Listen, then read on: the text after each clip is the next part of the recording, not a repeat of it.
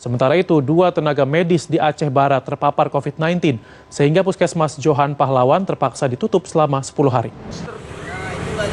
Pelayanan kesehatan di Puskesmas Johan Pahlawan, Kabupaten Aceh Barat Aceh pada Sabtu siang terpaksa ditutup sementara setelah seorang tenaga medis terpapar COVID-19. Penutupan puskesmas dilakukan pada 11 hingga 21 September mendatang. Saat ini 18 tenaga medis di puskesmas ini yang sempat melakukan kontak erat dengan pasien COVID-19 sedang menjalani isolasi mandiri sambil menunggu hasil swab tes.